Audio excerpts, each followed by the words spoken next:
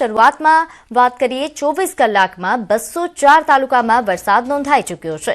ખાસ કરીને વલસાડના કપરાડામાં સૌથી વધુ 5.5 ઇંચ વરસાદ ખાબક્યો। બનાસકાંઠાના ઓગળમાં 4 ઇંચ વરસાદ, ખેરગામ, નડિયાદ, નાનાપુંઢામાં 3 ઇંચથી વધુ વરસાદ, તો ભિલોડા, પાટણ, સરસ્વતી, ધરમપુરમાં 2.5 ઇંચ જેટલો વરસાદ ખાબક્યો છે। નોંધનીય છે કે ઉત્તર ગુજરાતમાં ભારે વરસાદની હવામાન વિભાગ દ્વારા આગાહી કરવામાં આવી હતી અને આગાહી અનુસાર અહીં વરસાદ નોંધાઈ રહ્યો છે। ખાસ કરીને 24 કલાકની જો વાત કરવામાં આવે તો 24 કલાકમાં 204 તાલુકામાં વરસાદ નોંધાયો છે, જેમાં ખાસ કરીને ઉત્તર ગુજરાત અને દક્ષિણ ગુજરાતના તાલુકાઓનો સમાવેશ થાય છે।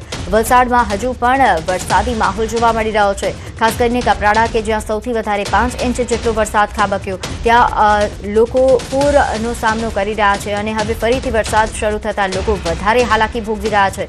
આ સાથે ઉત્તર ગુજરાતમાં પણ હવે વરસાદી રાઉન્ડની શરૂઆત થઈ છે। અહીં પણ ભારે વરસાદની શરૂઆત થઈ રહી છે, ખાસ કરીને બનાસકાંઠામાં કે જ્યાં ઓગળમાં 4 ઇંચ જેટલો વરસાદ ખાબકી ચૂક્યો છે અને હજુ પણ આજે ભારે વરસાદ થાય તેવી આગાહી વ્યક્ત કરવામાં આવી છે।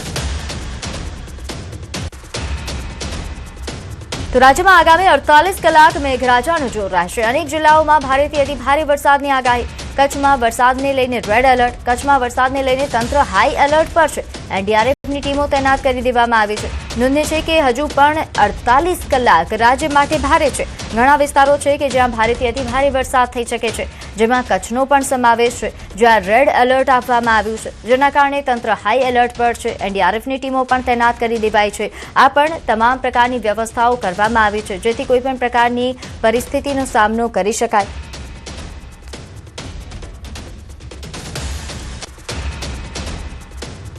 તો અરવલ્લીના ભિલોડામાં રાત્રિ દરમિયાન ધોધમાર વરસાદ। ભિલોડામાં વહેલી પરોઢે 2 કલાકમાં 2 ઇંચ વરસાદ ખાબકી ચૂક્યો છે। ભારે પવન અને કડાકા ભડાકા સાથે વરસાદ વરસ્યો।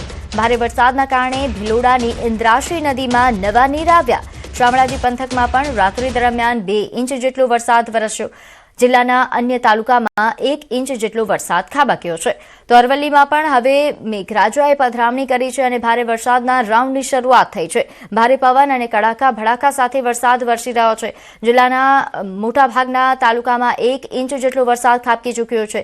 આ ઉપરાંત શામળાજી પંથકમાં પણ 2 ઇંચ જેટલો વરસાદ વરસ્યા હોવાની માહિતી મળી રહી છે। આજે વહેલી સવારે 2 કલાકમાં 2 ઇંચ જેટલો વરસાદ ભિલોડામાં ખાબકી ચૂક્યો છે।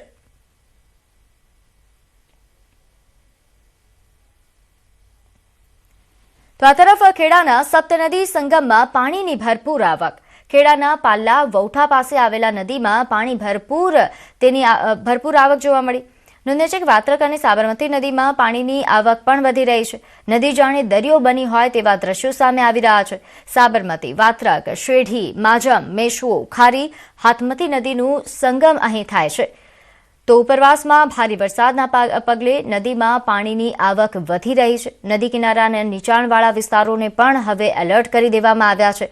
તસવીરો સપ્તનદી સંગમની છે। અહીં નોંધનીય છે કે તમામ નદીઓનું સંગમ થાય છે, જ્યાં હવે આસપાસના ગામોને એલર્ટ કરી દેવામાં આવ્યા છે। વાત્રક અને સાબરમતી નદીમાં પણ પાણીની આવક વધી રહી છે અને અન્ય જે સ્થાનિક નદીઓ છે ત્યાં પણ આવક વધી છે।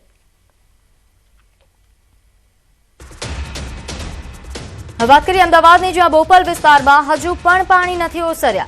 બોપલ ગામ તરફ આવેલી ભાગવત પાર્ક સોસાયટી હજુ પણ પાણીમાં ગરકાવ છે। પાણી વચ્ચે અમદાવાદ મ્યુનિસિપલ કોર્પોરેશનની હેલ્થ અને ફાયર વિભાગની સરાહનીય કામગીરી પણ સામે આવી। બોટના માધ્યમથી ઘર ઘર સુધી દવાઓ પહોંચાડવામાં આવી।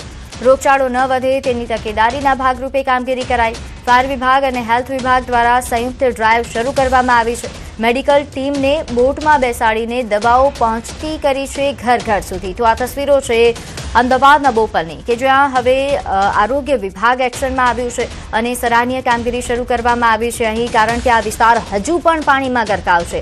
હજુ પણ પાણી અહીં નથી ઓસર્યા, જેના કારણે લોકોના સ્વાસ્થ્ય પર ગંભીર અસર ન થાય તેના કારણે હવે લોકોને દવા પહોંચાડવામાં આવી રહી છે। બોટ પર બેસીને આરોગ્ય વિભાગના અધિકારીઓ હાલ પહોંચી રહ્યા છે, લોકોને દવાઓ પહોંચાડી રહ્યા છે, તેમની સ્વાસ્થ્યની સંભાળ લઈ રહ્યા છે।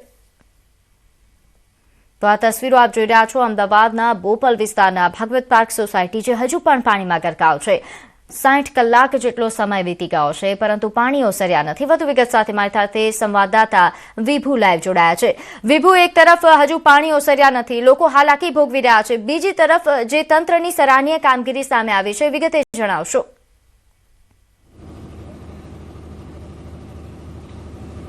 પ્રીતિ, અત્યારે અમદાવાદ શહેરની જો વાત કરીએ તો છેલ્લા 3 દિવસથી જે પરિસ્થિતિ છે અને 3 દિવસ બાદ પણ બોપલ ગામની આ ભગવતી પાર્ક સોસાયટી છે, આપણે દ્રશ્યો બતાવવા માંગીશ કે 3 દિવસથી હજુ પાણી નીકળ્યા નથી, પરંતુ બીજી બાજુ તંત્ર દ્વારા પણ ડિવોટરિંગ કરવામાં કામગીરી ચાલી રહી છે, સતત પાણીનો નિકાલ કરે છે। તેમ છતાં આ સોસાયટીના દ્રશ્યો આપ જોઈ શકો છો કે 3 દિવસથી પાણી ભરેલા છે અને પાણી ભરાયેલા હોવાથી લોકો પરેશાન થઈ રહ્યા છે।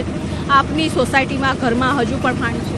જી હા, ગુરુવાર સવારથી તે અમારા ઘરમાં લગભગ ઘરની અંદર 3 ફૂટ પાણી હતું। ઘરની તમામ સામગ્રી ઘર વખત ડૂબી ગયું છે, ઘણું બધું નુકસાન છે। તંત્ર દ્વારા ઘણા પ્રયત્ન પછી ગઈકાલ રાત્રે સહાય મળવાની ચાલુ થઈ છે, તો પણ તમે જોઈ શકો છો હજુ પણ સોસાયટીની અંદર અમારે લગભગ 1.5 ફૂટ પાણી છે અને ઘરમાં લગભગ 3 થી 4 ઇંચ પાણી હજુ પણ છે, જે અમે આશા કરી રહ્યા છીએ કે જલ્દીથી એનો નિકાલ થાય અને તંત્ર દ્વારા દવા કે એવું કંઈ છાંટકામ કરે જેથી રોગચાળો વધે નહીં। તો આ પાણીની સમસ્યા સાથે સાથે પાણી નીકળ્યા બાદ પણ એક સમસ્યા એ છે કે જ્યારે પાણી ભરાતું હોય છે ત્યારે મચ્છરજન્ય પાણીજન્ય છે રોગચાળો વધી જતો હોય છે, કારણ કે પાણી પીવાના પાણી છે તે મિક્સ થઈ ગયા છે। ત્યારે હવે કોર્પોરેશનની ટીમ પણ અભિયાન શરૂ કરી દીધું છે, સફાઈ અભિયાન સાથે સાથે લોકોને દવા પહોંચાડવાનું અને જે પણ જગ્યા ઉપર પાણી નીકળી ગયું છે ત્યાં પણ દવાનો છંટકાવ કરવાનું શરૂ કરી દીધું છે, કે જેના કારણે પાણી બાદની જે પરિસ્થિતિ થવી જોઈએ કે પાણી નિકાલ થઈ ગયા બાદ રોગચાળો ન ફાટી નીકળે તેનું પણ અત્યારે ધ્યાન રાખી રહી છે। પરંતુ જે રહેવાસીઓ છે તે પરેશાન છે કે હવે જલ્દી પાણી નીકળવું જોઈએ, કારણ કે આ 3 દિવસથી પાણી સતત ભરેલું છે। બિલકુલ વિભુ, એક તરફ આરોગ્ય વિભાગની સરાહનીય કામગીરી છે કે લોકોના સ્વાસ્થ્યની સંભાળ લેવામાં આવી રહી છે, પરંતુ હજુ પણ ચિંતા એ છે કે પાણી કેમ નથી ઓસરી રહ્યા, પાણીનો નિકાલ કેમ નથી થઈ રહ્યો જલ્દીથી?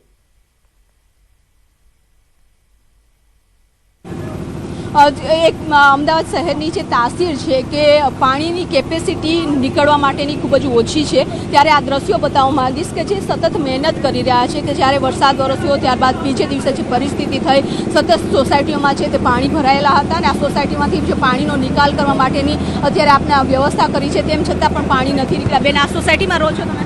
હા। તમારા ઘરમાં અત્યારે પણ પાણી છે? મારા ઘરમાં મારી કમર ઉપરથી પાણી હતું, અત્યાર સુધી છે મારા ઘરમાં। બધું નુકસાન થઈ ગયું, કશું જ નથી બચ્યું મેડમ। મેં કપડાં પહેર્યા છે એટલું જ રહ્યું છે મારી પાસે। અમે કોકના ઘરે ચાલ્યા ગયા છે, તો આખું ઘર બંધ કરી અને કોકના ઘરે જવું પડે તેવી પરિસ્થિતિ। બધું બરબાદ થઈ ગયું, ફ્રીજ, ટીવી, એસી બધું બરબાદ થઈ ગયું, કશું જ નથી બચ્યું મેડમ। મેં પહેરેલા એટલા જ કપડાં છે, મારી પાસે કશું જ નથી રહ્યું। તો આ ઘરની લોકની ચાવી પણ છે અને તેઓ બહાર નીકળી ગયા છે, કારણ કે કોઈના ઘરે જવાય એવું જ નથી। તમે પરિસ્થિતિ જુઓ છો, એટલે ઘરે જઈને પણ શું કરીએ અમે કોકના ઘરે રહે છે। હા, ઘરની ચાવી છે મારા। જોઈ શકો છો કે ઘરને લોક મારી અને નીકળી જવું પડ્યું છે, કારણ કે ઘરમાં અત્યારે પાણી છે અને પાણી હોવાને કારણે આ ઘર જોવા માટે આવ્યા છે, પરંતુ હજુ પણ પાણી છે ભરેલા છે અને તેઓની નજરે જોઈ રહ્યા છે કે ઘર વખરી તો વેર વિખેર થઈ ગયે છે, પરંતુ સોસાયટીમાંથી પાણી નથી નીકળ્યા। પાણીનો નિકાલ ક્યારે થશે, કારણ કે રોડ ઉપરથી જો પાણી નીકળશે ત્યારબાદ જ સોસાયટીમાંથી પાણી નીકળશે। આપણે દ્રશ્યો બતાવવા માંગીશ કે